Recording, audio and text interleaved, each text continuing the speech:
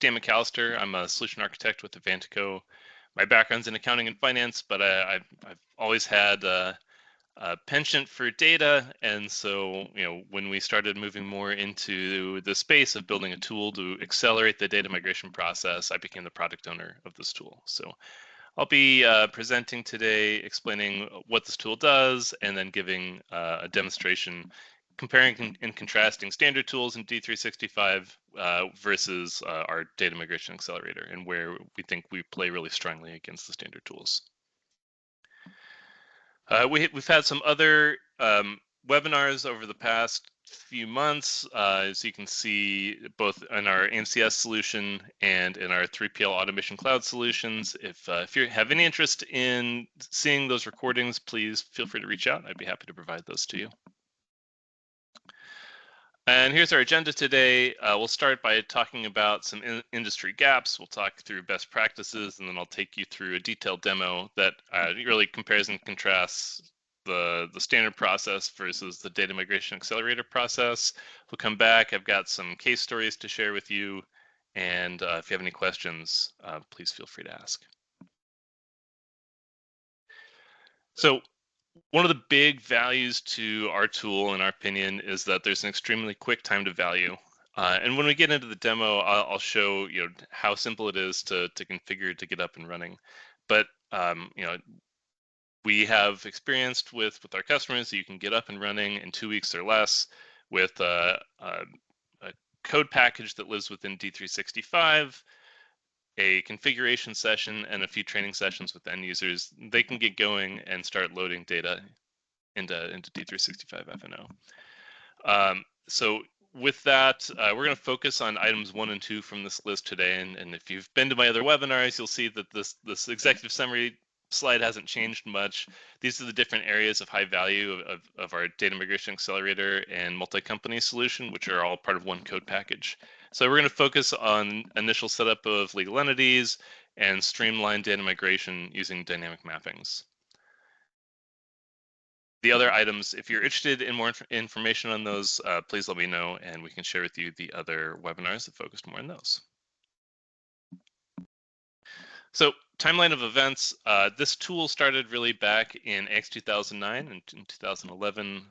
We had a client that operated stores, like 350 stores across the United States, and they had the need for each of those stores to be its own legal entity, but it was just too onerous to manage and maintain. So we developed this tool in X09 to support that, and it was a standalone tool, and we didn't think much of it because we figured Microsoft would fill the gap of working within many companies at a time, and it never really happened to our satisfaction. So over the late 2010s, 20-teens, whatever you want to call it, we started applying the principles of this tool to other clients of ours that had similar requirements. And then eventually in 2022, we formalized our product design and added this to Microsoft AppSource. And we've been operating it as an ISV product since then.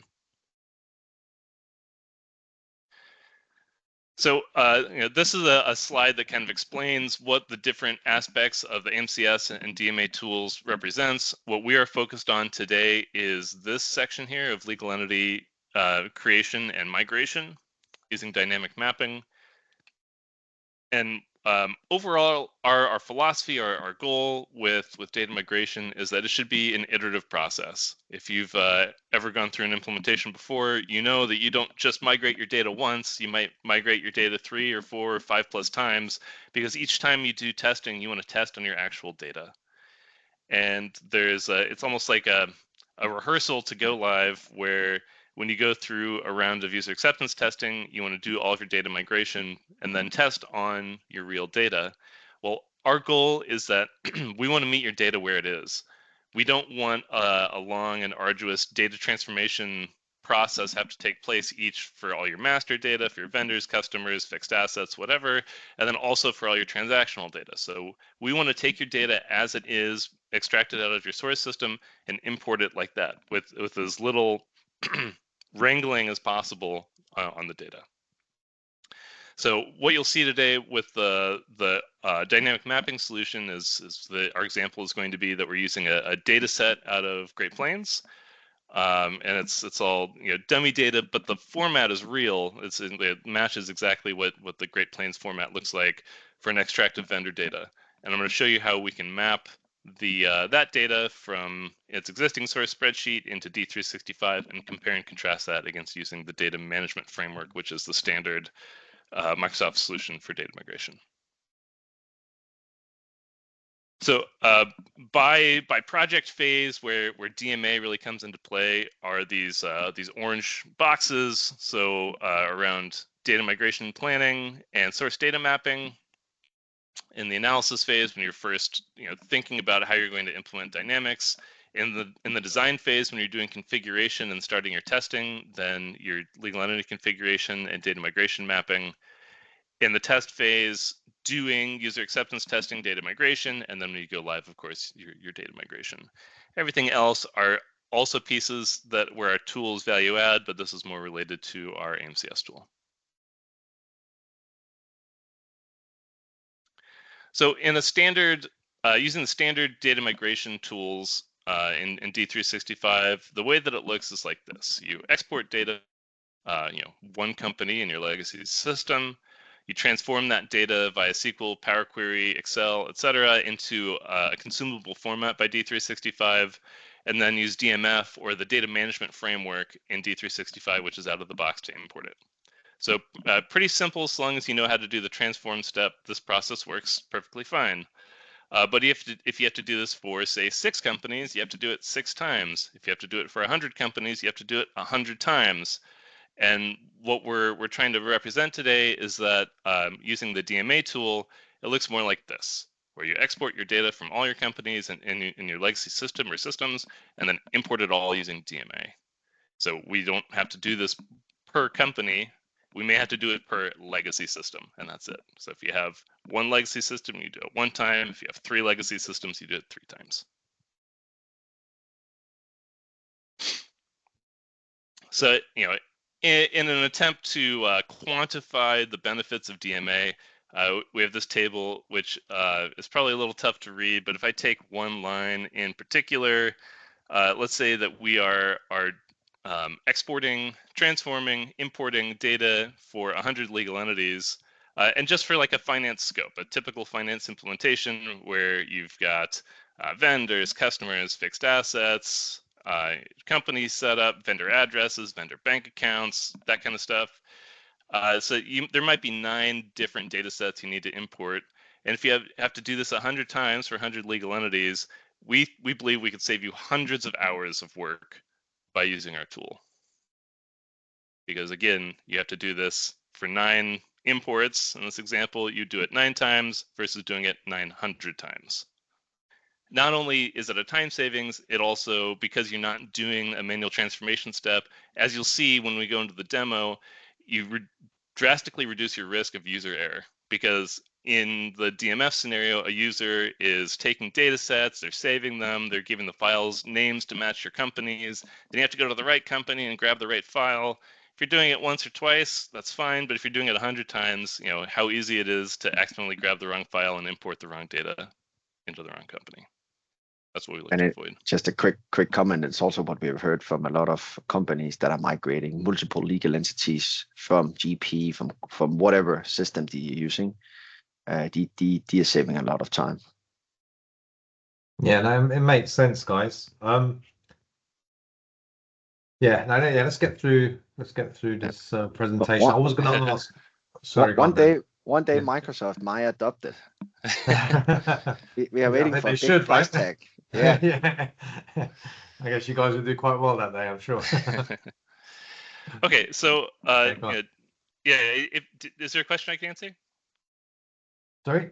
Is there a question I can answer, or? Well, it was just more around. So obviously, you guys have been introduced to Yonder, and you're doing other work with them at the moment. And I guess they've then said, "Okay, let's have a chat with the data migration guys," which is myself and whoever's going to be doing it. But my only issue, and it's kind of more of it's kind of outside this forum, is I need to speak to. This sounds great, by the way. We'll go through the demo. But then at the moment, we've got Delaware they're down to actually do all of the mapping and the migration, whatever, using whatever mechanism they say. Now, it might be arduous, it might be painful, it might be awful, I don't know. But the point is, they're down to do it. And, they've kind of, I guess they've kind of put that into their resource costing. So after this, I need to kind of speak to Mo when he gets a moment to work out how this kind of fits in. Do we work with Delaware and you guys together, or do Delaware give up this piece and you guys do it, assuming this all looks fine? But I think that's a separate discussion. So let's just go through this bit, I guess. Yeah, and so hopefully you can see in the demo, this is not something like when we sell this solution to customers. Of course, we're happy to help implement and do the work, but it is not too. It's a configurable system. It doesn't require development. It doesn't require a special expert in data migration to do it. Our goal is that it is a simple tool to use that maybe a tech savvy accountant could do. Right. Okay. Fair enough. Cool. Okay, so let me jump out of my slide deck here and over to Dynamics. So this is just a Microsoft demo system with their standard Contoso data set, which is their demo data company that they use. And so our multi-company solution, which includes DMA, lives here within a module. And we talked at the beginning about time to value. I'll just take a quick moment and show if you wanted to set this up and start working with it, there's just a handful of things that you need to configure. So one is that we need to configure a few number sequences. 5, easy enough. Second is we need to map our financial dimensions. And so if you have many legal entities, you might have different account structures per legal entity, meaning like different legal entities use different combinations of financial dimensions.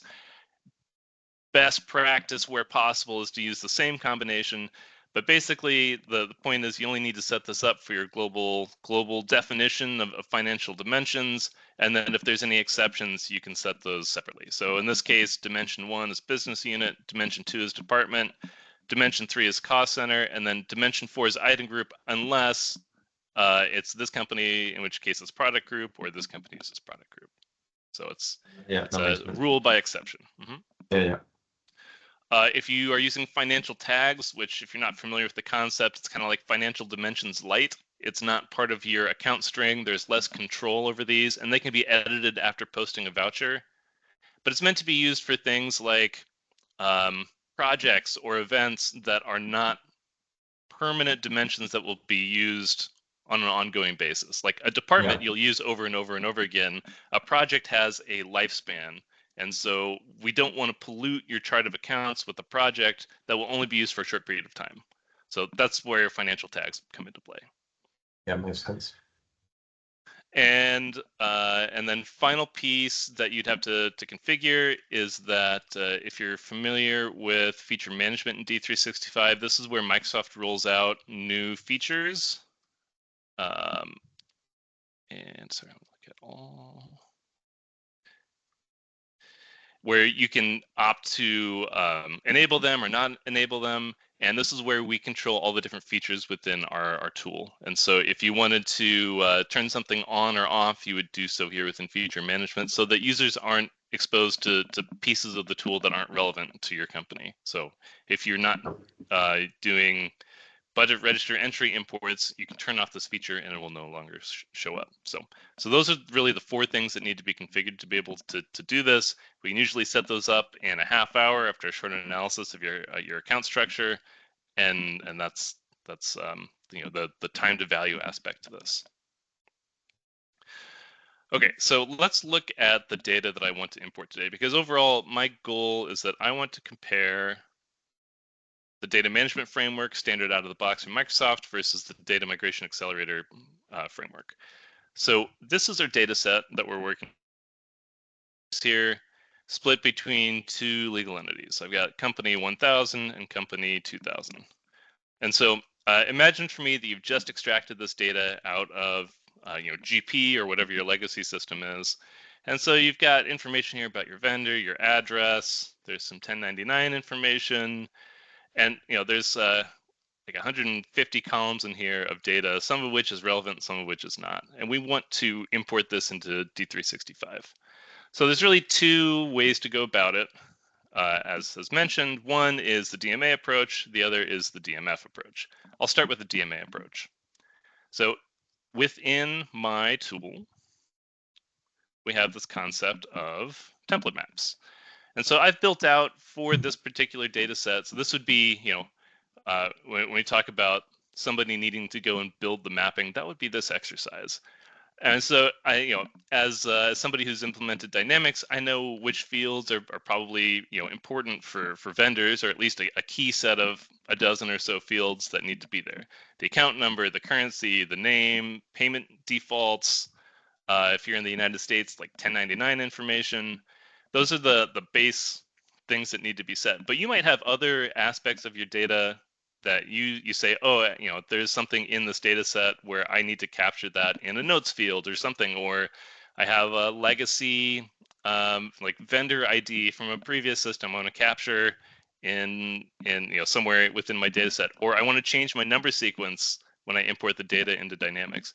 All those things, you'd want to have that discussion about the particular data set as you're mapping it. But for this, I've got some fields set up. So when I set up my mapping, this took me 15, 20 minutes to do. I need to go through and define a few things. And so I know one of the key fields that needs to be imported is the vendor account number. And so when I come in here and I say, in my vendor table, the field name is account number. And I say I want to use a source column. This is the first of 3 ways that I can map data. And I say the source column I want out of my data set is vendor ID, which I see right here. So I say I want to, this vendor ID in column B is what I want as my vendor ID in Dynamics. Okay. Second one is currency. So, let's say that currency doesn't show up in my data set, but I'm based in the United States. I could say, oh, I want this to be USD for all companies. Or I could say, yeah, my default value for company, USMF is USD, and USPI is CAD, or something like this, where it's going to look at the company detail and make a decision based on that context of what to assign to the vendor. Okay, so there's kind of elements of the business logic transformation that we can put in here. So. Yep, exactly. Right. Okay. A third option is to use another underlying mapping, which we call the column map. And so here I need to set the company ID, and the company ID in my template is this, but this isn't the same company ID as I have in F&O.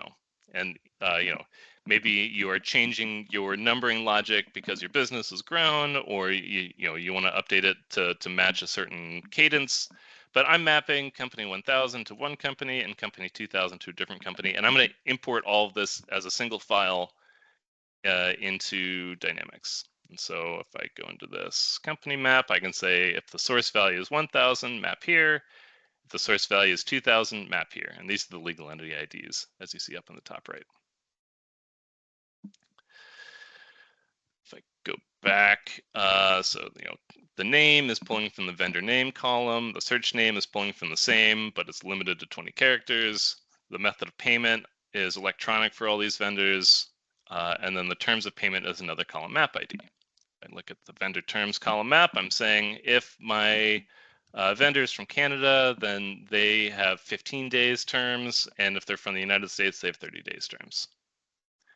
I mean, it's just an example, but you have flexibility to define not only if the column that I'm mapping is this value, then change it to this. But if a different column is a certain value, then I want to map this in a certain way. So this is looking at the country to map the vendor terms, and so on. So I've got my address information. This is a U.S. company, so I have 1099 information and the vendor group.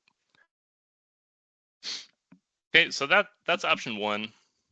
With DMA, where I'm taking the data as it is, I'm building out this mapping. I can copy that mapping forward into other environments and use it over and over again. I only have to set it up once. Yeah, I was going to ask actually, Dan. So say we wanted to change control those mapping. Is there a way of doing that? Can they be exported as files that we chuck into change control? It's a good question. We don't have like workflow set up on this, which would stop it from being edited. It is not controlled in that way, but you can control it through security. Like you could have a custom security role where only select users have access to edit it, and others have access to view it only, or not have access at all. Okay, I guess. Sorry. Oh, Yeah, go ahead. No, I was just going to say, so if, is there any ability to kind of version control? In other words, if I went in there, made some changes, then you went, another user came in the next day and said, oh, actually, I think it should be this. Then we do a load and we're like, okay, who changed that? Is there any way of finding out who made that change and why? Can that be tracked in any way, like version control or? Yeah. That's a good question. So you could use standard database logging for that purpose. Okay. So database logging in D365 can look at a table, and anytime a user changes something in that table, it'll log that change. So it's not going to lock it down to stop it from being changed, but it'll track every time a value's changed in that table. Right. Okay. So okay, but I guess there's no way of exporting these. Yeah, there's no way of exporting these mapping as documents to say, right, this was the mapping template used. No, you could. You could, you can do that? yeah. Okay, there's data entities behind them where you could export them. Yes. Yeah. Okay. So that would work, right? We could just export the mapping as templates and then version control those. Yep. And then re-import them if you wanted to use them again on a different environment. Is that right? Exactly. Yep. Okay. Cool. Okay. So now let's look at the other approach. Where it's DMF, and I've done this many times. I have nothing against this approach, and it's totally fine for a handful of companies. But when you have a lot of companies, that's where things kind of get out of hand. And so in this, I have the exact same data set, but I have put it into a table because I'm using Power Query to make to do the data transformation. And so I don't know how many people here have used Power Query, but it is the underlying transformation tool behind Power BI, and it also lives within Excel. And it's super powerful. Highly recommend using it, learning about it, because it has many uses. But data migration is one of them. But here, basically, it's pulling in my data, and then I have a series of steps where I'm doing these data transformations. And again, this process is totally fine. A handful of companies, this is a very reasonable approach. It is a little bit less robust, I would say, than building a mapping logic. But here I'm going through and I'm changing the account IDs to match, what the DMF system is expecting. So a couple pieces of this. One is if you have any custom fields on your vendor or your customer or whatever you're importing, there's double development that needs to be done, because the field needs to be added to the table, and it also needs to be added to the data entity, which is the vehicle for import for DMF. That is not the technology behind our tool. Our tool is going directly to the table. So if you add a custom field and you're using our tool for import, there's not double development that needs to be done. It only needs to be done the once. But anyway, Yeah, sorry, Dan. So basically, using the DMA tool, it will create that custom field and the underlying table field that's required for it to be populated at the same time, right? So the custom field would need to be developed using normal X++ processes. The point is that the DMA tool will understand that that's part of the template and accommodate it automatically. You don't need to go in and customize anything in our tool to read in custom fields. Kusip, you are migrating from GP, right? Sorry? You are migrating from GP? The source system's IFS. Oh, okay. IFS ERP, yeah. Got it. Yeah, it's a bit painful, potentially. Yeah. Hopefully this can help speed things up. Yeah, that can help. Okay. Yeah. So I'm going to compare side by side the two processes, and so I'll start with DMF. And so for me to import these two vendors into these two companies using DMF, I'm going to go through the steps, and then I'll switch and I'll do the same thing for DMA.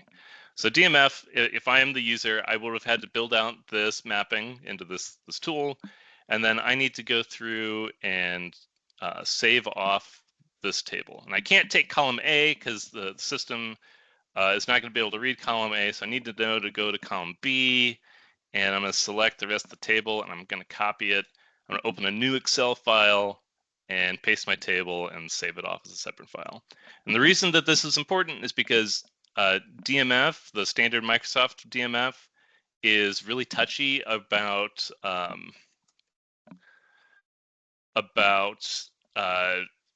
columns and fields in the system, whatever, in the data set. And so if I were to come in and delete out a row from this data set, it would no longer be usable because then it leaves a phantom row behind. So like, let me show you this. So if I press Control Home and Control End right now in my table, it goes to the end of my table, and that tells me that everything's fine. If I delete out a row from this and I press Control and Control End, now it's taking me below the table and there's a phantom row in here, and this import will fail in DMF, and it'll tell me that I have a duplicate record. It'll be a meaningless error because I don't have a duplicate record, it's just a phantom row, but the system doesn't know how to parse that. So that's one of the common complaints about DMF, is that sometimes the error messaging is not useful and it can be misleading or confusing or what have you. And if you don't know the gotchas, it could take a really long time to debug those. So it's one of the downsides to DMF. Yeah. Okay, so I saved off the USPI vendors. I'm going to go grab USMF now. Do the same thing.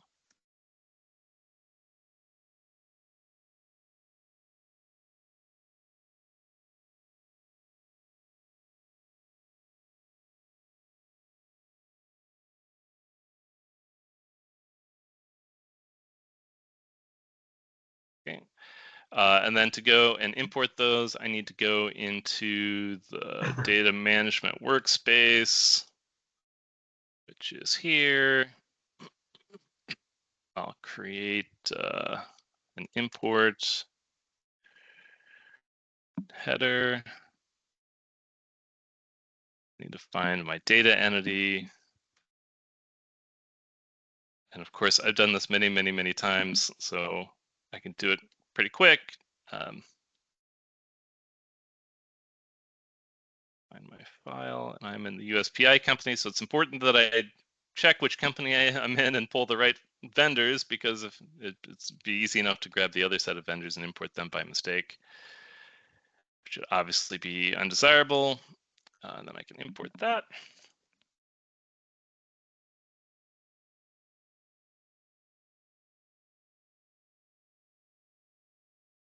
Wait a moment.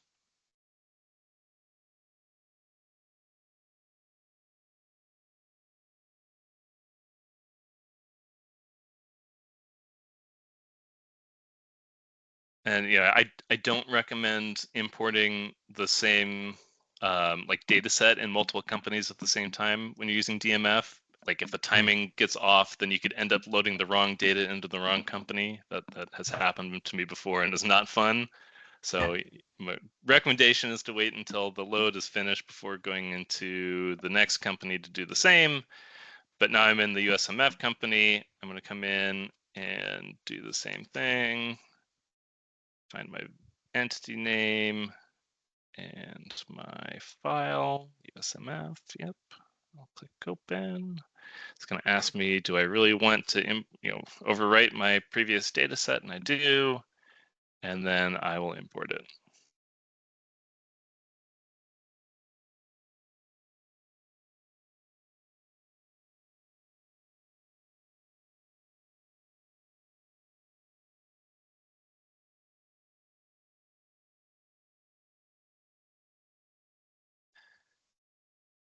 And while we're waiting for that to load, let me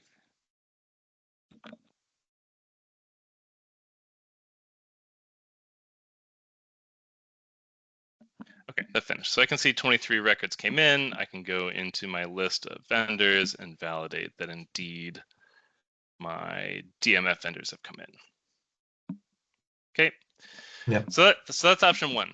DMF, if it's 2 companies, again, and that's probably fine. But if it's 100 companies, you have to go through that process 100 times, and don't pick the wrong file when you go through. Don't name the file the wrong way when you're pulling it out to save it for import. So option 2 is to use DMA. And so if I want to import that same data for DMA, let me make sure my file's closed. I would come in here to my module. I'm going to click vendors.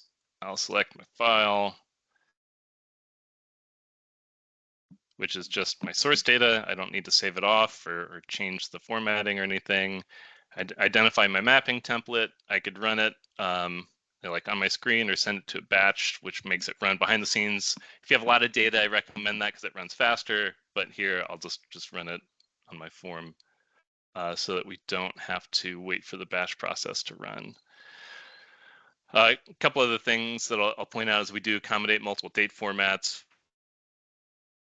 A versus US, for example, would have a different date format. If you save any dates in your master data, like a valid from date or a valid to date or anything like that, we can accommodate multiple date formats. And so you can see that that's done. I get a log file that tells me if there's any errors. And just for fun, it says nope, processes 40 records. And I can double check that my vendors came in. Prefix DMA. So, just to recap, we went through and we looked at what is the mapping between the two different processes, the DMA versus the standard Microsoft DMF process. One we do within the system is exportable. The other you do with Power Query or SQL or some other tool outside of Dynamics. If you want to import data for DMF, you need to save off your table for each company that you're going to load, for each data set you're going to load, vendors, customers, bank accounts, etc., and then import those into the right company one by one. Versus DMA, where we can take the data and load it once from any company into all the different companies where those vendors belong. Yeah, it's pretty cool there. Yeah. I think it is a nice improvement over the standard process, which again, I've got nothing against the standard process, but when you're doing it, 50 or 100 times, then it's pretty arduous. Yeah. So how come you guys just don't work with companies like Delaware directly? Just say that, why don't we pair up? Because in my shoes now, I'm thinking, we've got Delaware involved. It's almost like they should be speaking to you, because from my perspective, how it gets loaded, what process, as long as it's done on time and correctly, I'm happy. This conceptually makes a lot of sense. I like it, as a sales call and as a concept, can't fault it. It's fine, absolutely makes sense.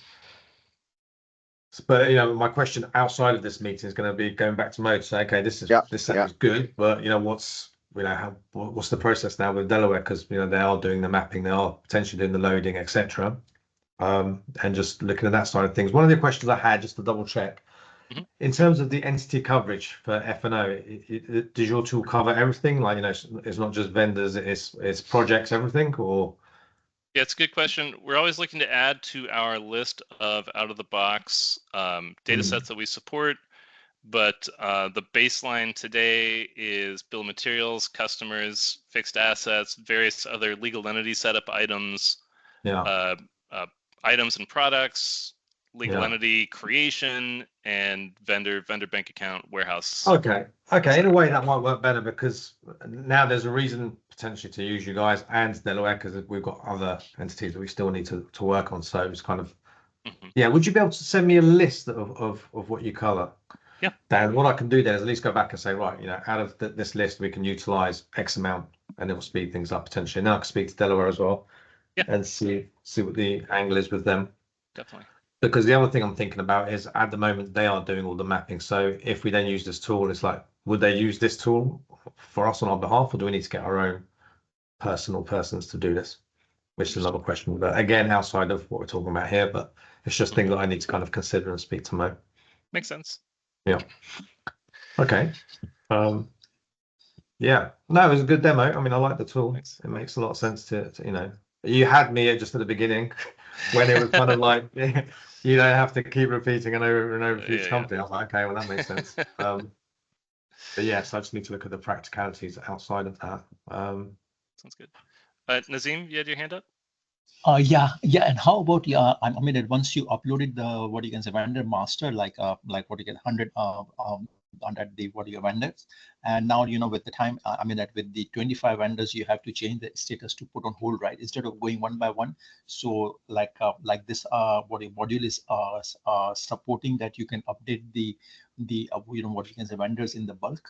Yeah, it's a great question. Yeah, the tool is not just create. We can also update vendors using the same tool. So it's the same import. You would pick what columns you want to update on the vendor and include the primary keys, and the existing vendors would be updated. So it's going to be like an incremental update. So in the data management, there's some terminology or some feature like that. You are doing the just like not everything, just only like only what you include in the import. Yeah. I say that right.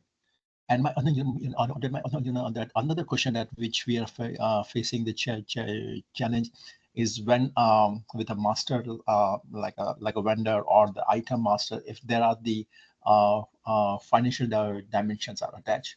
So say for instance, it's like a department and site. So when we try with the concurrent Excel feature of the concurrent, so like you combine like two dimension, right? So and you try to upload, so it's like only recognizing the one. Like if there's a department and site, so it's only recognized department and it's not recognizing the site. Yeah. So within the tool, we have we map your dimensions, right? So in our world, it's D1, D2, D3, but in the system, it's business unit, department, and cost center. And then if I go and I look at my import templates, let me find my vendor table. Those will show up here as separate dimensions. And so there'll be separate columns within it. Each dimension will have its own column within the import template, and yeah, you can have whatever combinations make sense within your organization. So this is like, I mean, that when you are when you're doing the data migration or like what you say upload, so it's working other way around as well, that when you have to export the bulk what you get the data, just like in data management, sometimes we like what you download and update, or we can use that as a what you can say report. So it works like two ways, right? That you can what you download. I see your question. So we don't currently today support download with this tool. We'd recommend if you need a multi-company download that you use something like Microsoft Fabric for that purpose. And I'll give you an example. One piece that we're working on to ship out of the box in an upcoming release is a company comparison. So what we want to do is take the 100 most common tables used in a configuration and ship it base product, where it has a company versus company and an environment versus environment configuration comparison. So for example, let's say that you are doing an implementation and you want to compare the configuration in your config or your pristine or gold environment to what you're using in UAT. We plug in our Fabric report and it'll show you company by company where there's a difference between the two to help you manage your configurations both across environments, but then also within a single environment across companies. So you can see, oh, these two companies or these 5 companies should be set up the same, but somebody's gone in and made a change that they weren't authorized to do, and now this company is out of whack from the other 4. So we wanted to ship that kind of piece out of the box, so that not only can you do this comparison, but you can also extract data across companies very easily. So that's coming in a upcoming release. I don't know if it'll be in the next one or the one following, but it'll be quite soon, for the end of the year. Yeah, a couple of months. I think Imre, you have a question too? Yes, I mean this looks pretty neat because yeah, it's kind of fun to use DMF.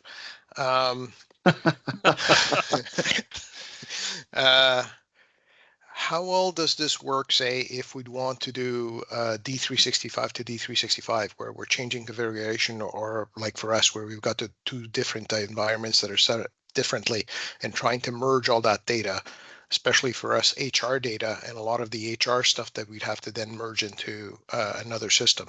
How well does this handle that part?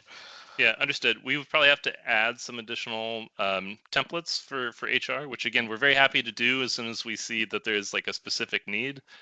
It's not complicated or time consuming to add. But yeah, I mean, that only makes it easier if it's D365 to D365, because your mappings are, they map themselves, right? You have the data in the right format already. You don't have like For example, in F&O, if you're going from GP to F&O with vendors, there might not be a concept of vendor group in GP that matches what's in D365, but it's a mandatory field. So we have to deduce what that should be or make some sort of mapping decision. If you're going D365 to D365 or AX2012 to D365, that's much easier because the underlying data structure is the same. Yeah. Well, we do have both situations. We do have a GP installation, very future to long future to possibly merge into D365. But right now, my primary concern is the fact that we have these two instances of D365 that we're running, and of course, duplicates a lot of work and a lot of costs. Sure. So to look at that, and also, then we could possibly use this to if we want to change, say, the organizational structure in the back end, to go and map things from the old structure to a new structure. Would that work too, Dan? Or I would need to think on exactly how you want to approach that. We should talk about that offline. Yeah, because that's a biggie. Yeah. Okay. Well, and there might be some outside of the box ways of looking at that using BI and some of the other tools that are available today. Okay. All right. Yeah. Okay. We should. Yeah. Sounds good. Moving forward, then I got a couple case studies that I want to share with you. So first one is the inspiration for my vendor's data set, where we're doing a GP to D365 migration, and this particular customer had an unusual requirement that we usually say no to, where they say we don't want to just map balances, we want to map transactional detail from our previous system to D365 F&O. And typically that would be too complicated to do using DMF. The big thing, if you've ever tried to use DMF to map settlement data before, it is very complex. And so that would be like you have a vendor invoice, now you want to import a vendor payment with instructions on which invoice to settle that payment or invoices to settle that payment against.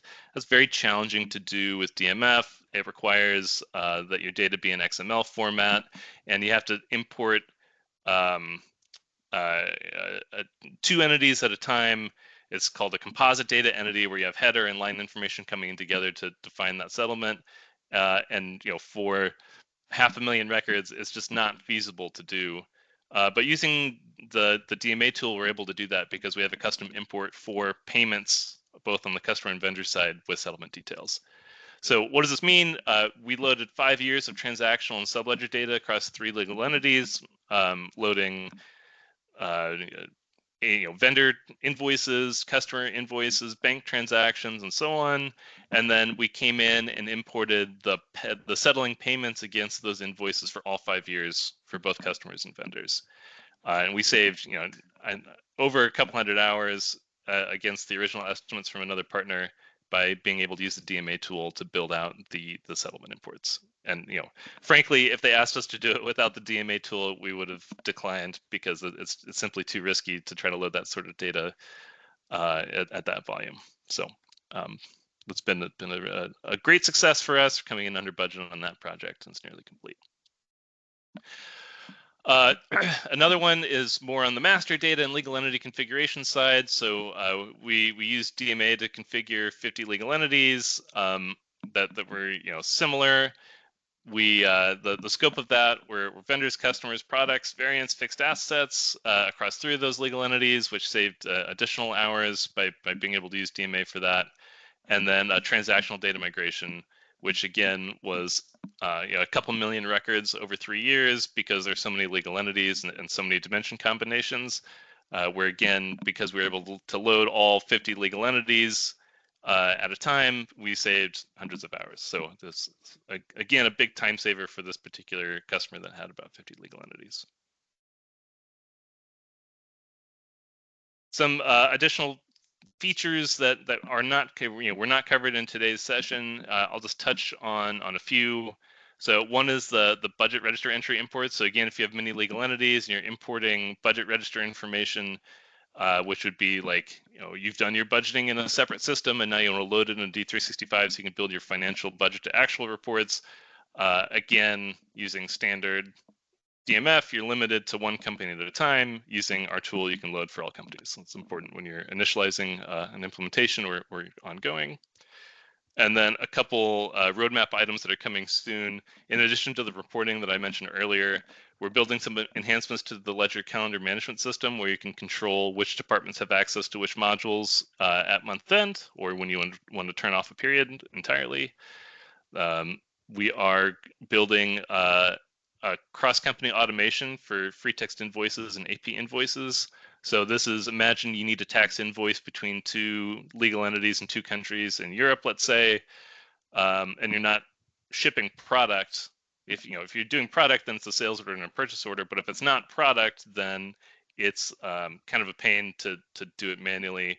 You end up with mistakes where in one country it's booked in euro, and in another country it's booked in pounds, when they should be both in the same currency, and so on. So we're building in some automation for that. And then a subledger to subledger reconciliation across legal entities, again, for that cross-company relationship, both at the ledger level and at the subledger level.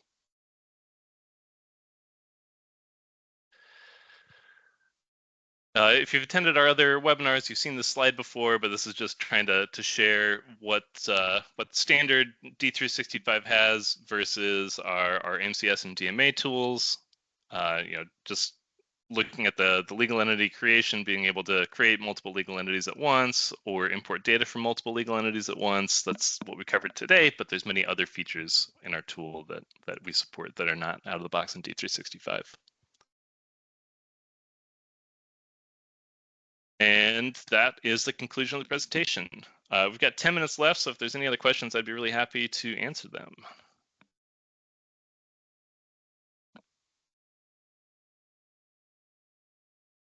If not, I appreciate everybody's conversation in the session today and your time. Thanks. Thank you so much. Thank you, everybody. Thank you. Thank you. Thanks for joining. Bye-bye. Thanks, guys. Bye. Have a good day.